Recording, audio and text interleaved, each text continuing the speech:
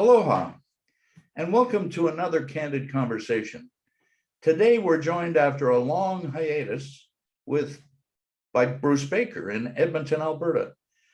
Bruce, how are you? It's been a long time, my friend. It certainly has been good. How about yourself, Ron?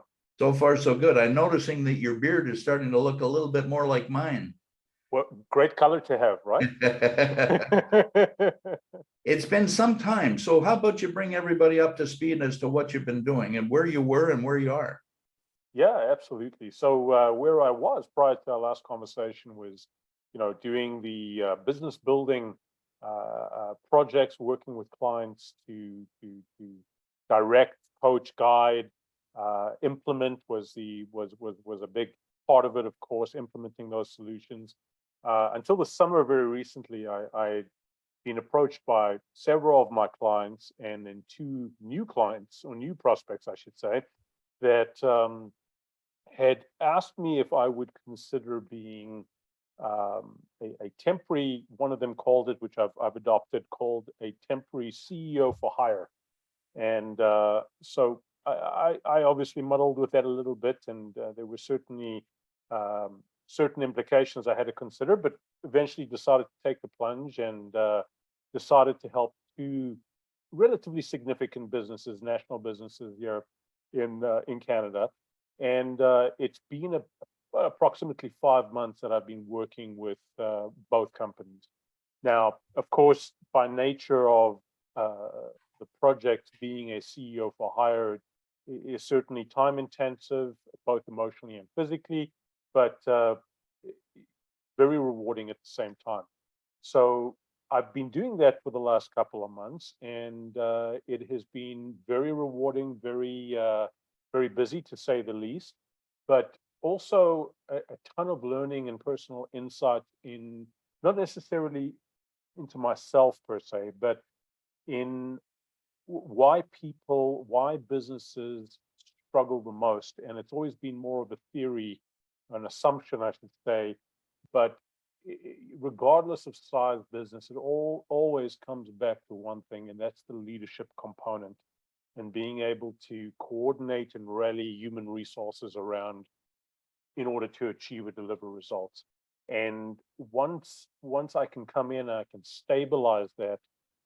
It's a matter of handing it over, but not handing it over after an extended period of time, but bringing your client along with you until an official handover needs to take place. So that's pretty much the core of what's going on in my life right now. Yeah, it's more organizational development Pretty much. Yeah, absolutely. So let me switch gears on you. You're a hands-on CEO now. Pretty much. So as that, what would be your number one goal as a hands-on CEO with an organization? What's the number one thing that you need in order for you to be successful in that corporation? Well, it's an interesting question because I think it's what the organization or the company needs to end up being. Its end state. Okay, so stop for a second. Sure. The way you approach this type of work, yeah, you're looking at the end result. Yes. And then looking at the steps to get you there. I'm a big reverse engineer. Yep. So and for this, it's all about stability or stabilizing an environment. Originally, it was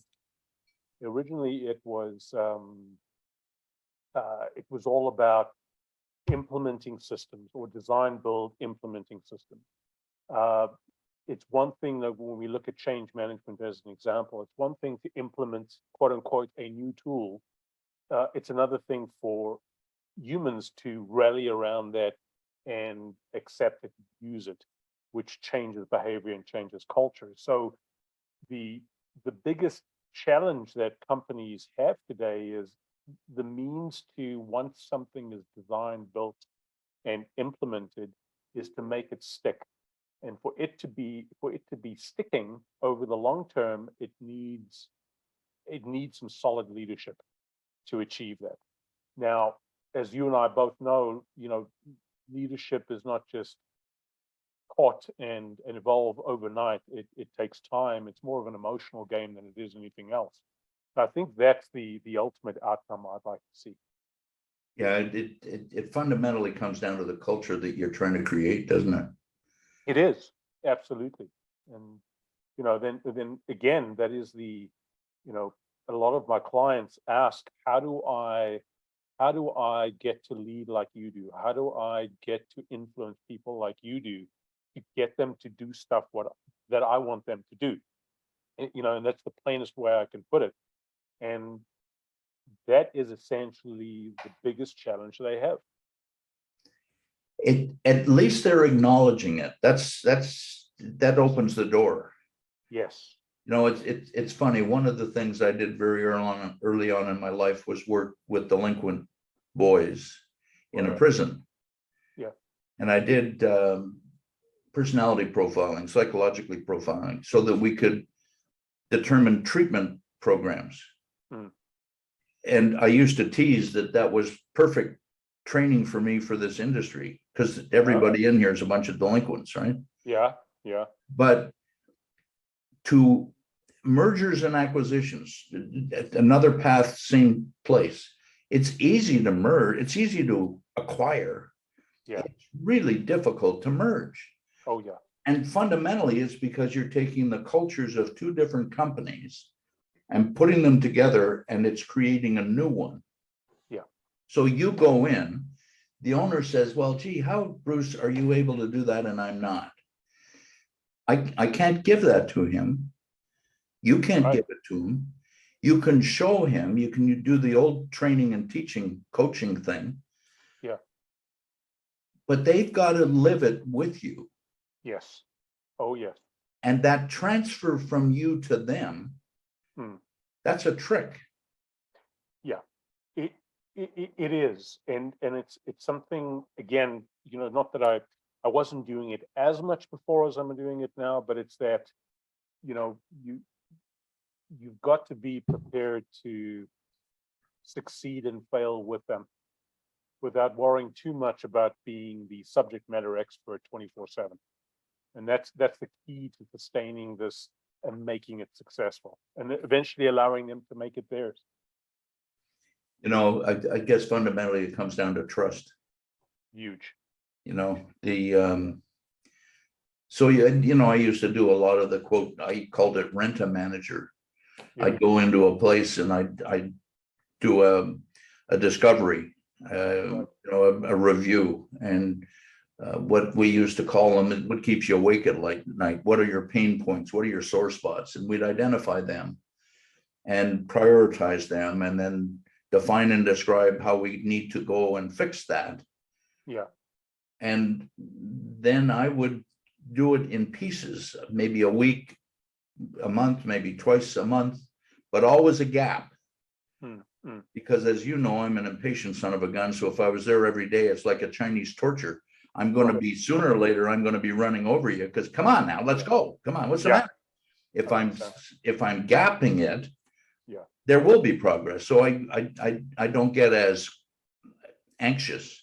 Yeah. In your case, when you're there all the time, the trap is you become the solution, and then you can't escape. Yeah. Yeah. Yeah. And being the good guy, you say, oh, well, it's okay, I'll do it. Yeah. I'll do it. Of course. And that enables bad behavior on their part. Yeah. It's the reluctance to adopt. Yeah. And humans being the creatures we are, very short-term, living in the moment type mindsets, right? Whatever makes it easier and takes the pain away right now, I'm happy with that. And then it continues and continues. And to your point, you eventually becomes you become the solution and not them. So it certainly is a fine line. Yeah, it's interesting. The people that I've worked with a lot of people over the 50 plus years. The people that are most successful are long range thinkers. Yeah. Oh yeah. And kind of like what you said, you reverse engineer. You start at the end. I always look at the end result first, and then how do we get there? Where are we going? Sort of thing. So my tease is let's say I lived in Vancouver, I'm going to go to Montreal. Okay, that's easy. I'll get a map and we'll plan it out. Well, wait a second. I need to be in Montreal next Tuesday. Okay, that's a different map. Yeah. So this is fun. It's exciting for you, I think. Oh yeah, without a doubt. It's the first time, in effect, in your career, you're the boss. Yeah, pretty much. Yeah. How's that feel? Good, bad, nervous, Well, anxious? initially certainly anxious and nervous. The anxiousness and nervousness doesn't come from not having the technical competence to do it. It's more the am I going to be accepted? Am I going to be able to integrate well with the team? Because at the end of the day, I always have to remember that it's their home they're inviting me into, not the other way around, right? But that seems to have been a lesser concern for me in hindsight right now, because I tend to do that relatively well with groups. Well, I've seen you do that, and you're right, you do it very well. Think in terms of a coach. Yeah. In any sport, gets fired, and a new coach arrives. And let's say it's hockey, and I got 25 to 30 players. I've got assistant coaches, I've got general managers, I've got owners, and I walk into the room with the players for the first time. Bet your bippy you're going to be anxious. Absolutely. Absolutely. Yeah. What do you say? How do you present yourself? Who are you? Yeah. I don't care if you're God Almighty. That's not going to be a warm and fuzzy feeling. 100%. And you're this foreign entity that's come in, and you've got this level of surface authority with you, and people are naturally going to question and wonder, what's going on. So what do you say? How do you have that first session? Well, I've done it twice now with these two companies, but it's understanding that, and it always reminds me, goes back to the old book, The First 90 Days, and you starting off trying to come in and change and fix and make it all good the way that you think is all good is a very tempting natural response for anybody. But patience is a virtue, and it's far more about showing support, asking what support is required, understanding their world and what gets in the way of them becoming great themselves. Once you can establish that, and I mean, this doesn't have to take weeks and weeks and weeks. It's at least, I'd say, for the next 10 to 15 days, where it's diving into their world, showing them or giving them, like I had a discussion with one of the VP of sales this morning, showing James that I want to learn your world, but I also want to understand what gets in the way of you being able to achieve what you want to achieve. Because I think we got to remember that people are, for the most part, people are not in their positions to fail or to be lazy or reluctant. They're there to succeed. They want to be good. And if you can release some of those low-hanging fruits to help them through their process, that's when trust is built. Yeah, it's interesting. I used to have a little practice called 5 things. Right. And I would have the team, and we're all together, and we're in a room. Maybe there's 6 of us, maybe 10, but no more than 10, obviously. Yeah. And say, okay, fine. Write down 5 things that if you could get done would make your life at work, would make your life better. Yeah. Okay, that's finished. Now write down 5 things that in your job are a real pain in the butt to do. Okay, that's done. Now write 5 things that if you could change the process at work, it would make the job so much better. And then we take those 5 things and put them up on a board. And it was amazing how many were on all 3 lists. Oh, yeah. And then my question is, okay, it would make your life better. It makes the company better. And it's a pain in the ass to do it. Why haven't you done it? And everybody starts looking around saying, because it's self-evident.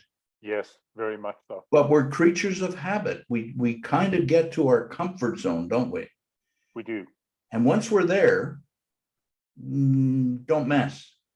Absolutely. Absolutely. Unless you can, you can establish that rapport with someone that, Patrick Lencioni talks about the vulnerability-based trust in his 5 dysfunctions of a team. And, when people trust you, well, it's one thing. When they trust you at a vulnerable level, they are far more prepared to adopt and say, you know what, I'm going to give it a try, Bruce, because I know that if I fail or I fumble, you've still got my back and you still want to see me successful.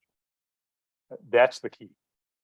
The trick is to have people understand that failure is not a penalty. Exactly. And our society, our lives, we're kind of conditioned differently than that. Yeah. Our parents want us to succeed. Our schools want us to succeed. Our sports teams, everything that we have going on, our dating, everything. Yeah. You can't fail. Well, wait a second. How are you going to learn if you don't fail? Right. You remind me of an interview I had last week with a executive role, and we were talking about failure, but more importantly, not the fact that you failed, but what did you learn?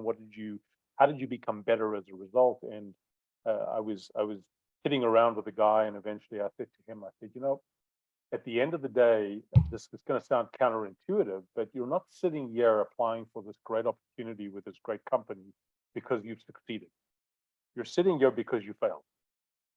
And he looked at me and he says, well, how can I have failed if I'm sitting here and I've had all these great positions? I said, the only reason you've become competent is because you fumbled, is because you failed in order to get where you need to get to.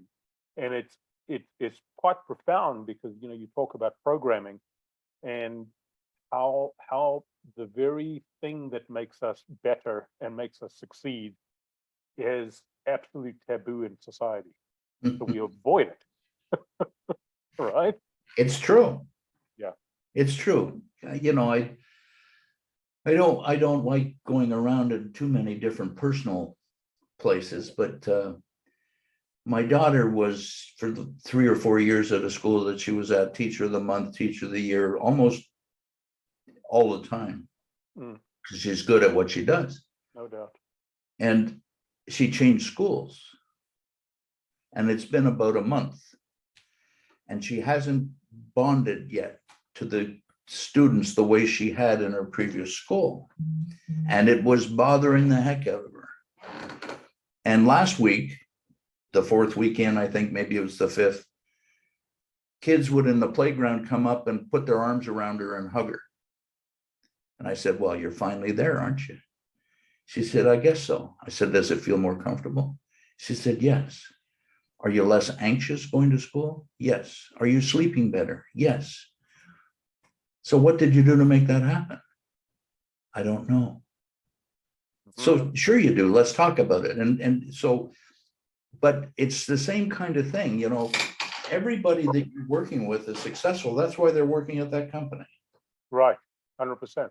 Yeah. The owners or the board or somebody has said, Bruce, can you come in and facilitate, help us, transition us? Which, if you think about it, the owner would say, I failed. It's a big man or woman that has to acknowledge as well, I can't do that. Bruce, would you help me do that? Would you show me how to do that? And Lencioni's 5 dysfunctions of team, and every example that's ever been written about it, is the first thing is lack of trust. Yeah. Yeah.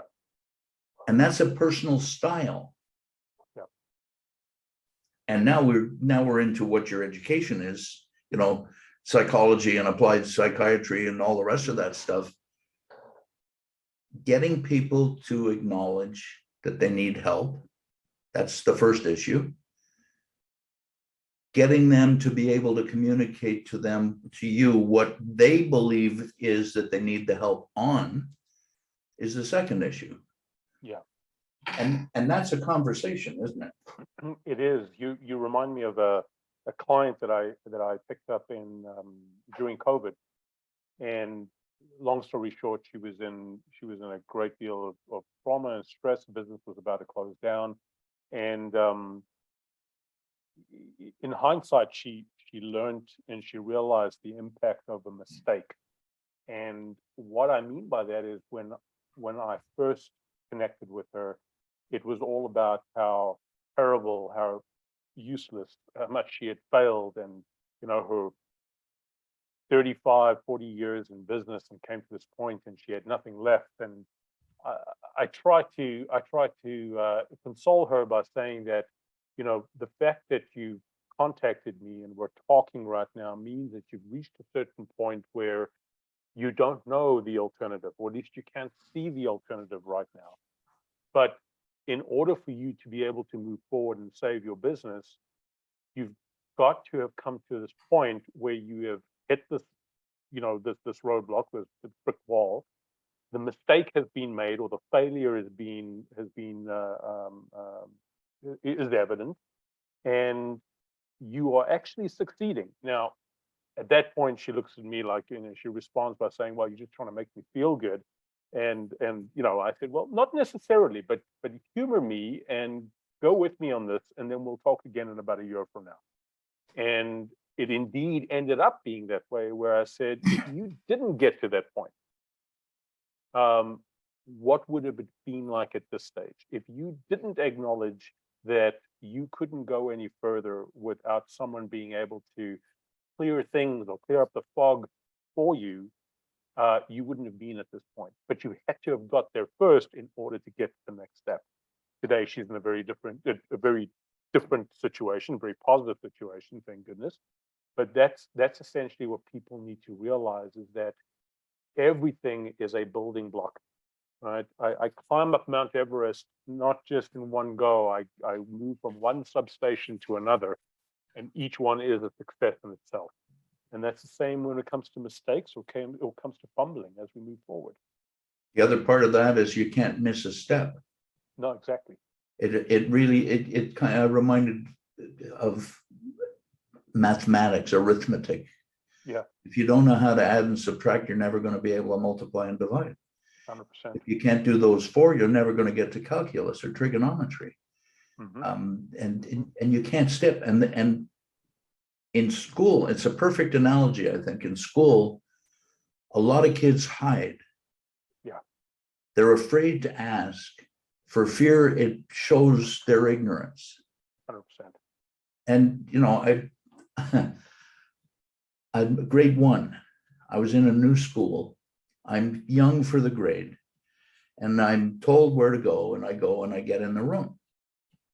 And I'm not in the right classroom. Kids are bigger than me. And I'm sitting quietly until lunch.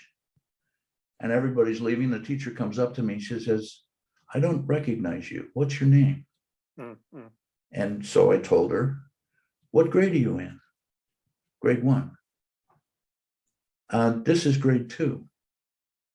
"How did you get in here? Who told you where to go? What?" "Okay, so let me help you and I was too shy for 4 hours to stick my hand up and say, "Wait a second, I'm in the wrong place." Yeah. Now, I don't know how, as people, we develop to that place. Maybe it's parenting. Maybe it's the whole socialization issue. Maybe it's peer groups. I don't know. I'm not smart enough to get there, but I know that there's a lot of people that are there. Corporations are there. Employees are there. Successful people are there. Right. And you've got to take them out of that. Yeah, absolutely. Absolutely. There's another great book and an author, Dan Sullivan, is one of his books, The Gap and the Gain. And, loved every minute of it. But he talks about measuring yourself backward, looking backward and measuring yourself. What I would have liked to have heard more of in The Gain is, what is gain defined by? And, something I've actually incorporated with a lot of my clients is looking at failure as part of gain. as opposed to what you gain by definition, which is traditionally a success, right? And it's getting people desensitized to the fact that you can actually succeed by admitting error, by admitting failure, and allowing your group to support you through that is huge, absolutely huge. Yeah, it reminds me of the Dalai Lama. Yeah, The purpose in life is to seek happiness. yeah, And that has nothing to do with business. Of course it does. But everything that we do, objectives, goals, measures, metrics, bloom, bloom, bloom, month reports, did you make it or not? Financials of the month, reporting to Wall Street or Bay Street. Everything is boom, boom, boom, boom, boom. yeah. What makes you happy? Mm-hmm. Yeah, Professionally, personally, what makes you happy? And if you can get to that root, that's the beginning of culture, isn't it? yeah. Oh, 100%. Yeah. And it's what you just said there, I think is important. It's um, going back to Dan's book again, he talks about the pursuit of happiness, the pursuit of, well, the pursuit of quarterly earnings, so the pursuit of finishing the project, as opposed to, you know, what am I, what am I gaining, if we want to use that word, throughout the journey. And it's, talking with another client today, CEO of another company, uh, going through the process of uh, understanding what delegation, understanding what value is not just produced through you any longer individually as an individual contributor, but through your people, but growing a culture of performance. And she gets really down upon herself, considers herself not fit for the position, and trying to get her to understand that just because you've checked these boxes off and you did this means that tomorrow is going to be the day that this all disappears, as opposed to every day that you attempt, or every day that you take one notch, you make one notch, is a notch that's been made, and it's cumulative. But to try, the big challenge I find thereon is trying to keep people consciously aware of that compounding effect, of that accumulation of gain as they make their way through the journey. That's difficult. Keeping them focused on that. So today they're absolute heroes. They feel fantastic, huge successes. Tomorrow something happens that absolutely brings them and the entire team down. And it's astounding how quickly they forget about what they achieved yesterday. So trying to keep those pieces in motion is complex. Well, in fact, it's something that you have to plan for. I used to have weekly Mm, communication sessions, not meetings. mm, mm. We just sit and talk. What did you do this week? Yeah, What did you succeed at? What did you fail at? What could you have done better at? yeah. What did you need to do more at? What was standing in the way? Mm, And if you and that wasn't good, bad, or sideways. It was just we're having a discussion. There was yeah. no criticism. It was just, and I'm reminded in Hawaii, we have outrigger canoes, Mm, mm, and they're heavy as hell. And you got 8 guys in them for the men's competition. We just had a state championship on those, and you see 40 boats going out, outriggers, and they're going for 20 miles. mm. And as a team, it works. If anybody's out of rhythm, it fails. Mm. If anybody's stroke is too long or too short, it fails. Mm. You're totally dependent on Larry Bossidy. It's the people on the bus.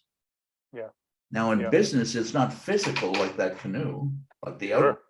it's emotional. Absolutely.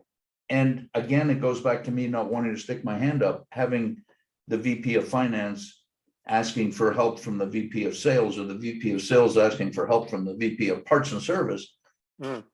We don't think that way. No, We don't look no. over the wall. Right, right. It's organizational development is a very complicated Oh, function. yeah. Absolutely. Yeah.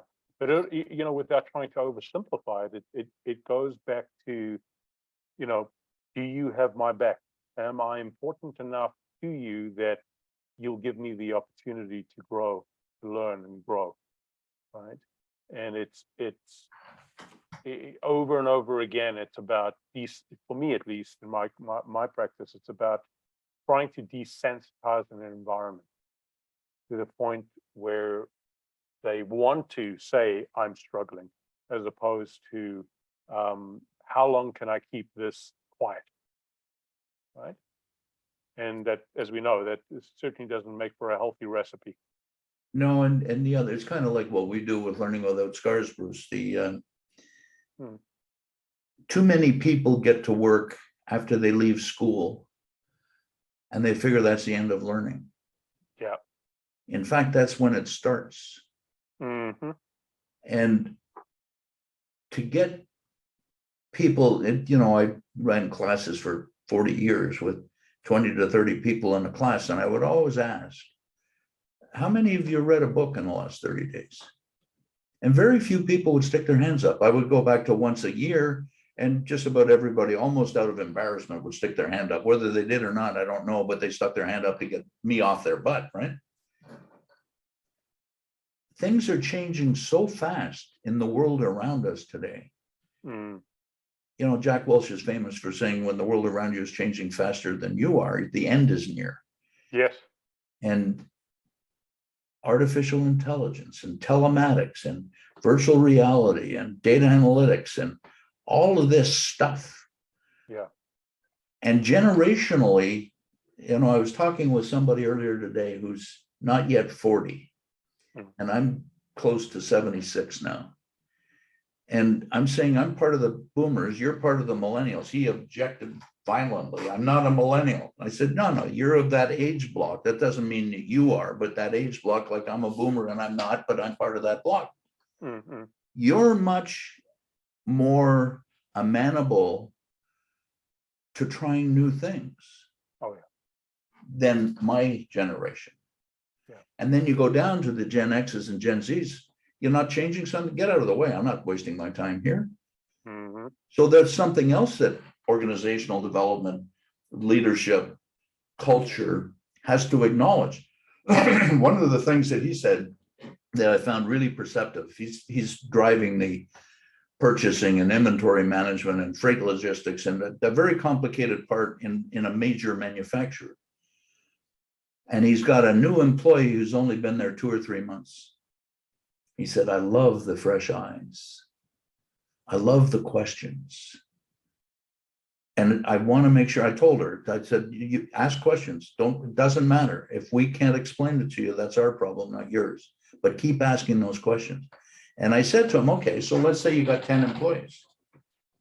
How many of that 10 should be with you 2 years or less? Or should those 10 be here 20 years? And he didn't know how to respond. So I would submit to you that at least 1 in 10, 10% need to be within the last 2 or 3 years. And he said, well, how do you manage that? You promote people out of the department. And I go back to when I was at Finning and we had 53 or 54 stores, and people would protect their employees because that employee was making the boss's job easier. Oh, yeah. So I said, wait a second, we're not going to do this. I want everybody who's at a salary level that's promotable. And I published it every month. I said, okay, this is a waiver wire. These folks are available. And the store managers were my worst enemies. Oh, what are you doing to me? Yeah. And it's the same thing with what you're doing. George, this is how we do things. I've been doing this forever. And Henry, yeah, I'll look at that. They're completely different. How do you get those guys to coexist? Oh, absolutely. Yeah. That's not easy. No, and it's not easy. And I think what's, for an individual like myself doing this, it's also coming to terms with the fact that you can't save everyone, or not everyone will accept, right? And that's okay, because it's funny, we talk about the other people that need to embrace failure, but the practitioners or the people like you and I also need to realize that our failure is evident anyways, right? I don't have the answers to the maiden's dreams by any stretch of the imagination. Yeah. And Yeah. and the it's really interesting that to me, it might not be to other folks, but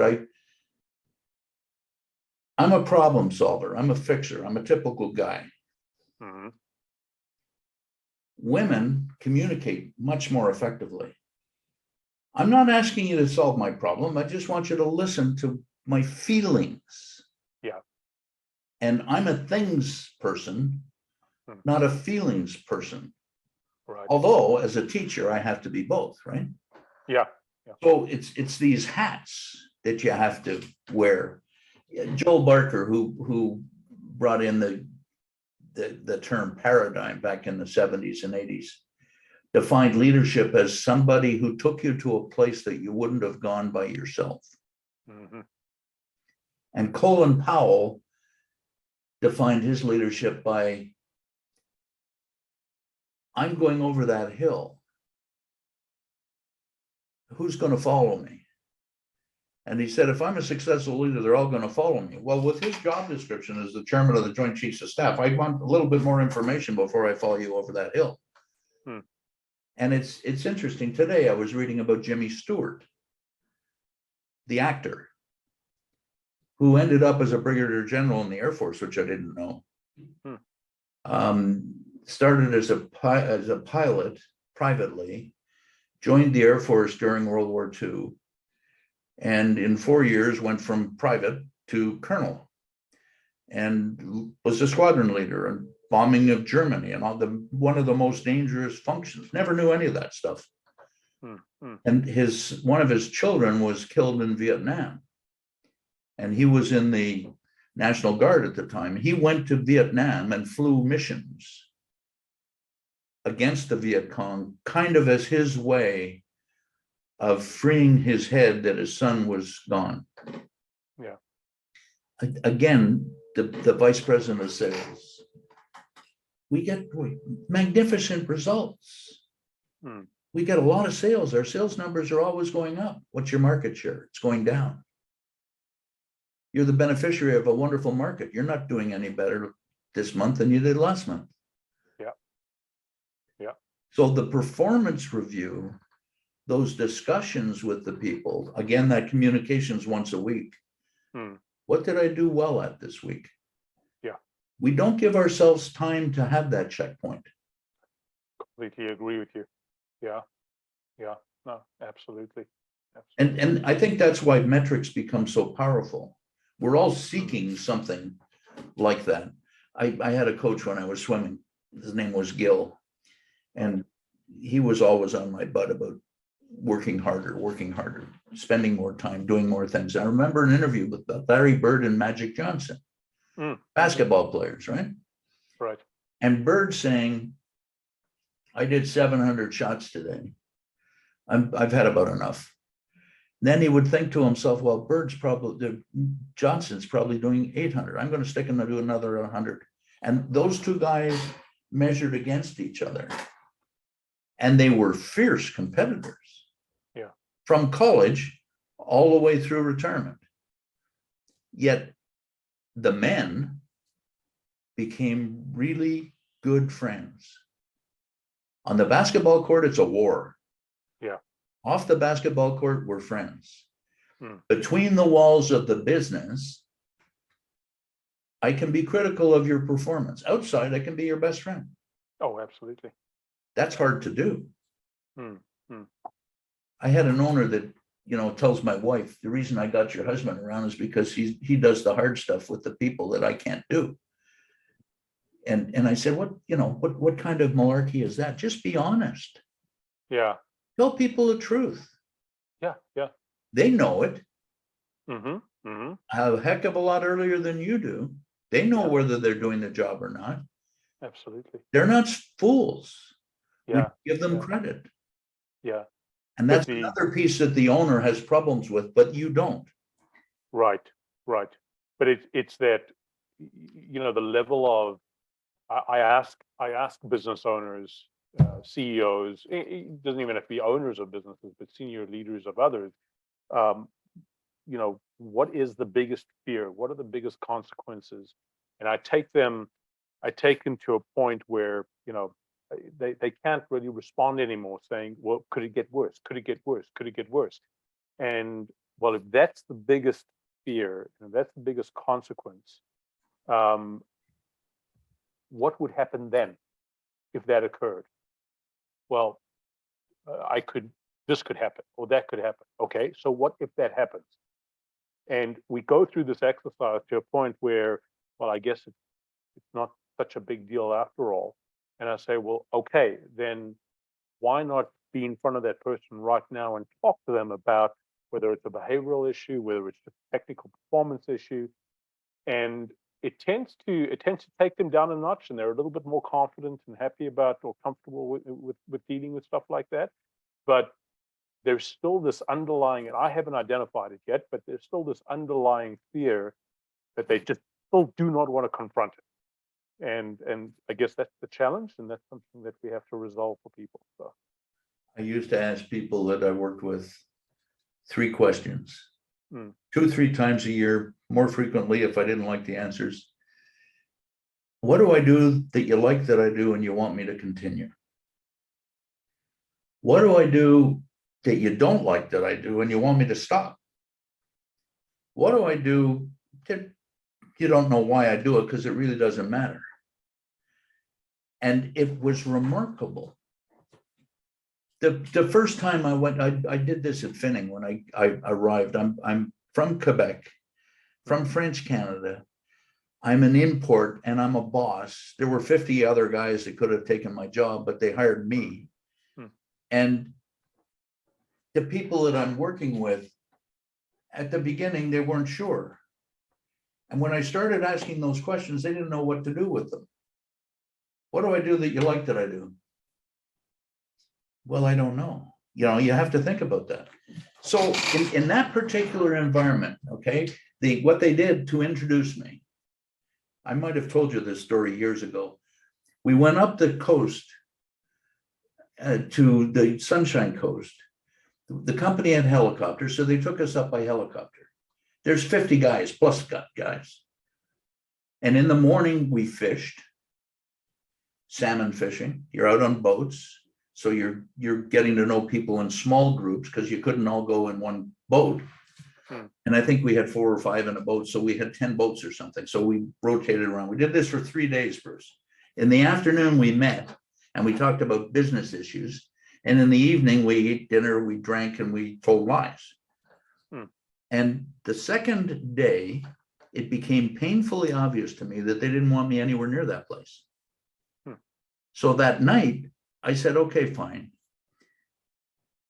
This is difficult for you guys. You don't want me here. I'm sure you think one of you could have done this job and should have had this job. So I'll make you a deal. You guys come up with something, one thing, as a group, and you all have to agree to it, that's going to make us more money or more sales for the department. I'm running the parts business. Did about 150 million. This is 100 years ago.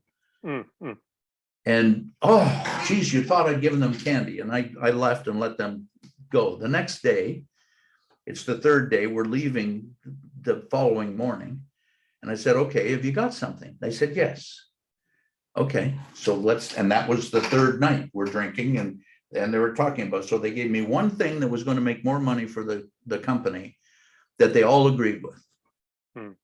And they thought they had me. Well, think about that. We generate almost 100% of the profit of the corporation. We cover all the expenses in the parts business. And the people that run that business have agreed on something that's going to make it better. Who the hell's going to stop me? So I went back, talked to my boss and said, okay, we want to do this. This is what the group decided. And they said, okay, go ahead. We started, we implemented. A couple of weeks later, I call them up and say, okay, fine. You gave me this as a mission. I got it done. I think it was too easy, folks. Do you want to try it again? And yeah, we want to do it again. So they did it again. And I did it again. And I went back the 3rd time. And they said, no, we figured out you now. you're a devious son of a gun. We're not playing this game anymore, and everything was fine from that point forward. So it's kind of identifying what bugs them. You're coming in, they aren't happy to see you. Yeah. Who the heck are you? You need to find that one thing, don't you? Yeah. Oh, absolutely. Absolutely. And it's not about that being in a test tube. It's Oh, about no. always different, it's always dynamic, and it's ever changing, right? Which is what makes it exciting for you. 100%. Yes. Wouldn't want it any other way. Yeah, and I'm pleased that this is what you're doing, Bruce. I think you are too. Yes. You just have to watch that you have time away from them sufficient so that you can balance your life too. 100% correct. Oh yeah, absolutely. But that in itself is organic, right? It has to be, we have to throw it against the wall and see what comes out and go from there, right? I think we've covered a pretty good piece of land here. Yes. And I hope that the audience has appreciated your transition to what you're doing. Have you got any closing shots of wisdom that you'd like to share before we say goodbye? Yes. One step at a time. Oh, great point. And don't skip the steps. Exactly. Bruce, it's wonderful. Thank you so much for your time, and thank you to the audience for participating with us. And I look forward to having another conversation with you in the near future. And to you, the audience, I hope you're back for another candid conversation with us in the near future. Mahalo.